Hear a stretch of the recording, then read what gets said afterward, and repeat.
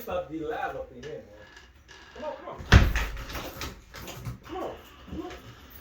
You ain't got nowhere to go. Where you go? Where you going? Oh man, come on, I'm about to talk about the real junk right. Come on, man. All right, just hit me later. Oh, here we go. Here we go. I don't know why. My camera. Yep, there it is. Camera set up and everything. Okay, Hootie. Thank you, Hootie. Thank you, Hootie. You don't mind? Can you sit over here? You all up in the camera. There you go. With your Ken Smith. Alright. So. Shut the cock out, folks. What's happening? Johnny Law and Hobo Deep. No, I'm not. I'm not in Hobo Deep. But today, we're going to talk about something that's really cool. If you got a few minutes, I want to talk about this certain instrument I got in here that I'm about to throw down on. All right, first of all, when I first actually heard this instrument, it was in the hands of a good friend of mine that played for Wilmington Chester. His name was Ron Burrell. Every time I saw him, he had this bass in his hand. Then after I saw him, I saw another good brother of mine, Jimmy Newble. Now I'm talking gospel now, because that's all I was dealing with at that particular time, in the early 80s, early 90s. Then I saw another brother, Reggie Young, a good friend of mine. All right. When I saw Reggie with this instrument, I was like, okay, I've seen a lot of people, play a lot of instruments, but this boy got a voice. And that voice, I wanted to run after that voice.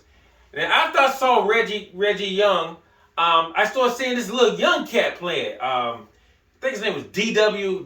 Wright, all right, from Timothy Wright's son. I saw him playing Ken Smith.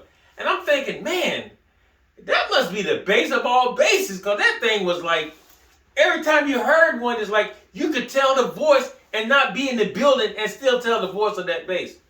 Then, I started venturing out and seeing other cats. Then I started looking at videos, because of getting in the 90s and stuff, and I saw John Patitucci.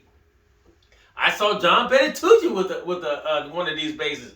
And then I saw Gary Granger, which is like, his voice is amazing. Then I started seeing like Freddie Washington. Woo-hoo! This boy was killing on it. And then I saw Anthony Jackson, when I saw his, he was like playing a 6 string, but I was like, whoa, this cat is amazing. Then my boy, Melvin Davis, started pulling his out, and I'm like, man, these cats' voices are amazing.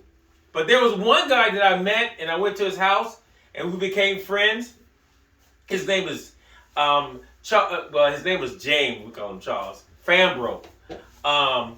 And I went to his house, and he had a Smith up in there, and I never felt anything like it in my life. Of course, he had Stanley's bass up in there, which is the Brownie, and a couple other stuff he had up in there, and I was just blown away. Anyway, let's stop talking so much and get down to it.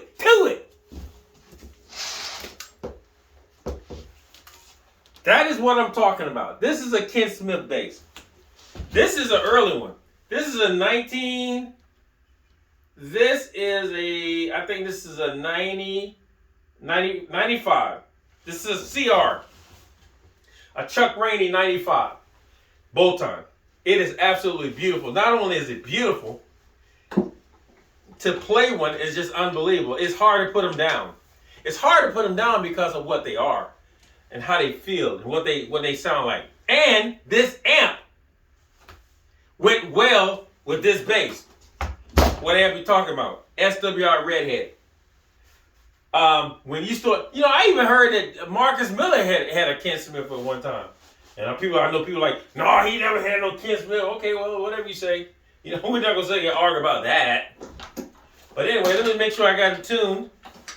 And I'm going to play a little bit of, on this, because I don't want to play too much on it, because this is not my bass. This is a customer's bass. And I'm going to tell you right now,